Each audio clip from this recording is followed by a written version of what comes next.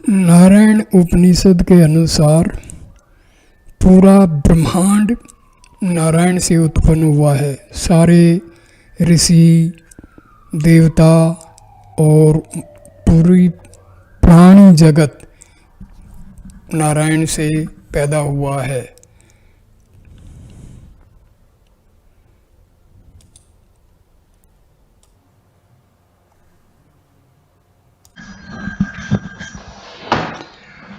ओम भूर्भुवः स्वः तत्सवितुर्वरेण्यं भर्गो देवस्य धीमहि धियो यो नः प्रचोदयात्। ओम शांति शांति शांति। नमस्ते मेरे प्यारे दोस्तों, इस वीडियो में मैं नारायण उपनिषद का विस्तृत वर्णन करने जा रहा हूँ। यह लघुकाय उपनिषद कृष्ण यजुर्वेदीय परंपरा से संबद्ध है। इसे नारायण अथर्वशीर उपनिषद भी कहा जाता है। इस उपनिषद में चारों वेदों का उपदेश सार शीर मस्तिष्क के रूप में वर्णित है। सर्वप्रथम नारायण से ही समस्त चेतन अचेतन के प्राकट्य का वर्णन किया गया है। तत्पश्चात नारायण की सर्वात्मकता सभी की आत्मा के रूप में का विवेचन है।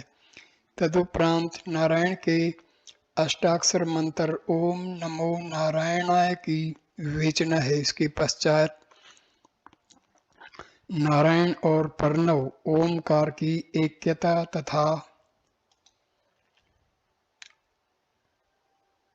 अंत में इस उपनिषद के अध्ययन करने का प्रतिफल बताया गया है, जिसमें कहा गया है कि इस लघुकाय संक्षिप्त उपनिषद के अध्ययन करने से चारों वेदों के पाठ का पुण्य लाभ प्राप्त हो जाता है। शांति पाठ।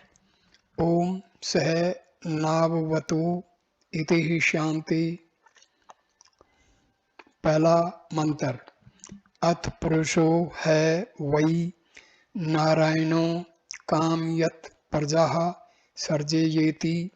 नारायण प्राणो जायते मनः सर्व इंद्रियाणि च खम वायुर्ज्योतिरापः पृथ्वी विश्वस्य धारिणी। नारायण दह्यः जायते नारायण रुद्रो जायते नारायण इंद्रो जायते नारायण प्रजापति प्रजायते। नारायण द्वादश आदित्या रुद्रा वस्वः सर्वाणि छंदासि नारायण देव समुत्पद्यन्ते। नारायण पर्वन्तते नारायणे प्रलीयन्ते एतद् वेदी श्रोधीयते। उन पुरुष रूप भगवान नारायण ने संकल्प किया कि मैं प्रजा जीवों की सृष्टि करूं, अतः उन्हीं के द्वारा समस्त जीवों की उत्पत्ति हुई। नारायण से समष्टिगत प्राण का प्रादुर्भाव हुआ। उन्हीं के द्वारा मन और समस्त इंद्रियां उत्पन्न हुई। भगवान नारायण द्वारा ही आकाश वायु तेज जल एवं संपूर्ण जगत को धारण करने वाली पृथ्वी आदि सभी का प्राकट्य हुआ। भगवान नारायण से ही ब्रह्मा जी प्रादुर्भूत हुए। नारायण से भगवान रुद्र उत्पन्न होते हैं। नारायण द्वारा ही देवराज इंद्र प्रकट हुए। नारायण द्वारा प्रजापति का भी प्रादुर्भाव हुआ। नारायण से ही द्वादश आदित्य उत्पन्न हुए।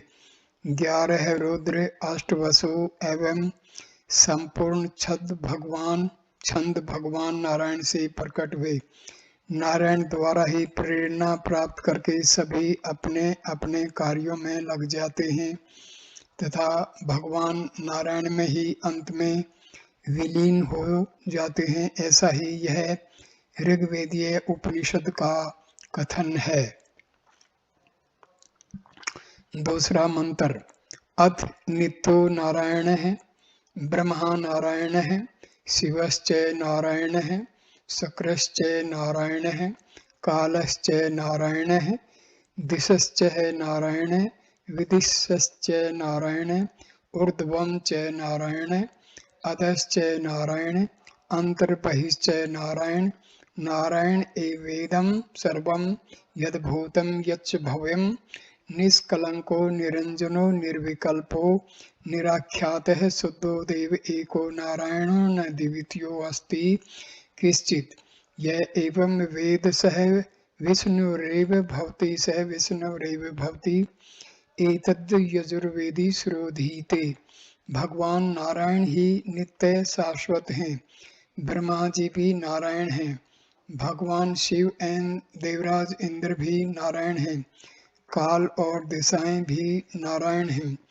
विदिशाएं दिशाओं के मध्य के कोण भी नारायण हैं।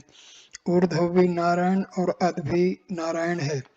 अतः एवं बाह्य भी नारायण है। जो कुछ हो गया है और जो कुछ हो रहा है तथा जो होने वाला है वह सभी कुछ भगवान नारायण ही है। नारायण ही एकमात्र निष्कलंक निरंजन निर्विकल्प अनिर्वचनीय और विशुद्ध देव हैं। उनके अतिरिक्त अन्य दूसरा कोई नहीं।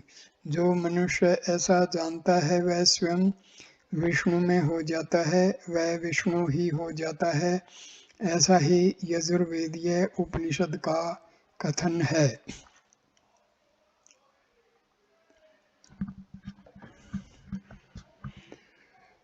तीसरा मंत्र।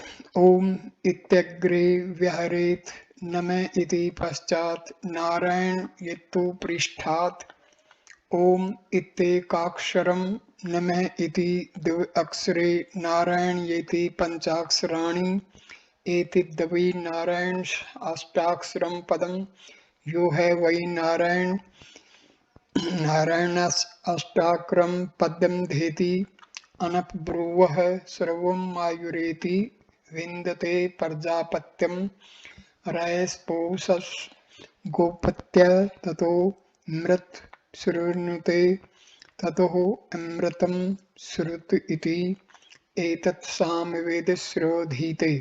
सर्वप्रथम आरंभ में ओमकार का उच्चारण करे, तदुपरांत बाद में नमः शब्द का और फिर अंत में नारायण शब्द का उच्चारण करे। ओम यह एक अक्षर है, नमः ये 2 अक्षर हैं और नारायण ये 5 अक्षर हैं। इस प्रकार यह ओम नमो नारायण पद भगवान नारायण के 8 अक्षरों से युक्त मंत्र है। भगवान नारायण के इस अष्टाक्षरी मंत्र का जो भी मनुष्य जप और ध्यान करता है वह श्रेष्ठतम कीर्ति से युक्त होकर पूर्णायुष्य प्राप्त करता है। उसे जीवों का आधिपत्य, स्त्री पुत्र एवं धन ध्यान आदि की वृद्धि तथा गो आदि पशुओं का स्वामित्व भी प्राप्त होता है। तदुपरांत वह अमृत को प्राप्त हो जाता है। यही सामवेदीय उपनिषद का प्रतिपादन है। चौथा मंत्र। प्रत्यगा आनंदम ब्रह्म पुरुषम प्रणव स्वरूपम अकार उकार मकार इति ता अनेकधा संभवदेत दोमिति यो मुक्त्वा मुच्यते योगी जन्म संसार बंधनात्। ओम नमो नारायण येति मंत्रो उपासको वैकुंठ भुवनं गमिष्यति तदितं पुंडरीकं विज्ञान घनं तस्मात् दण्डिधाप मात्रं ब्रह्मण्यो देवकी पुत्रो ब्रह्मण्यो मधुसूदनः ब्रह्मण्यः पुंडरीकाक्षो ब्रह्मण्यो विष्णुर्च्युतयति सर्वभूत एकं वै नारायण कार पुरुष कारणं परं ब्रह्मोमि एतत् शिरोधीते।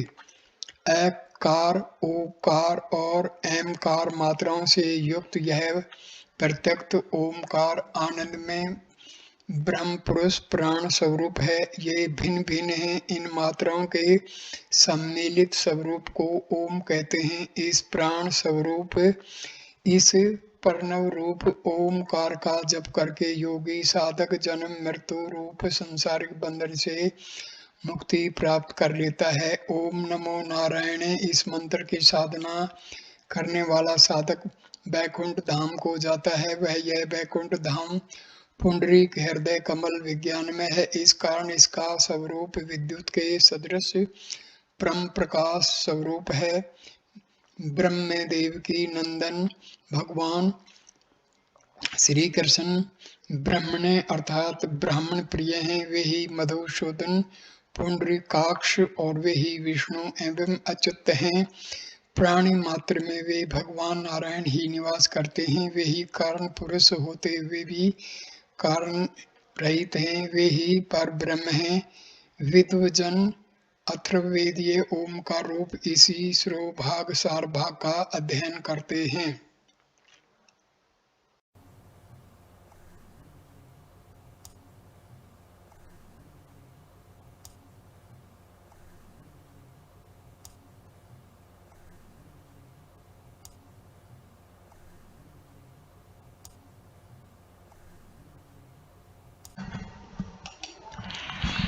पांचवा मंत्र। प्रातर्धीयानो रात्रि कृतं पापम नाशयति, सायं धीयानो दिविस्कृतं पापम नाशयति, तत्सायं प्रातर्धीयान पापो पापो भवति। माधे दिनम आदित्यभिमुखो धीयान पंचम महापात कोपपात को परमुच्यते। श्रवेद परायण पुण्यम लभते, नारायण सायुज्य वाप्नोति। श्रीमन्नारायण सायुज्यम वाप्नोति यह एवं वेद। इस उपनिषद का प्रातःकाल पाठ करने से रात्रि में किए हुए पाप नष्ट हो जाते हैं। दोनों संध्याओं प्रातः एवं सायंकाल के समय इस उपनिषद का पाठ करने से साधक पूर्व जन्म का भी यदि पापी हो तो वह पाप रहित हो जाता है। मध्याह्न के समय भगवान भास्कर की ओर अभिमुख होकर पाठ करने से मनुष्य 5 महापातकों एवं उपपातकों से सदैव के लिए मुक्त हो जाता है। वह 4 वेदों के पाठ का पुण्य लाभ प्राप्त करता है तथा शरीर का परित्याग कर देने पर अंतकाल में श्री नारायण के सायुज्य पद को प्राप्त कर लेता है। जो ऐसा जानता है वह श्री मन नारायण के सायुज्य पद को पा जाता है। इति नारायणोपनिषद समाप्तः। यहाँ पर ये उपनिषद समाप्त हो जाता है और इसके साथ ये वीडियो भी पूर्ण हो जाता है। नमस्कार दोस्तों।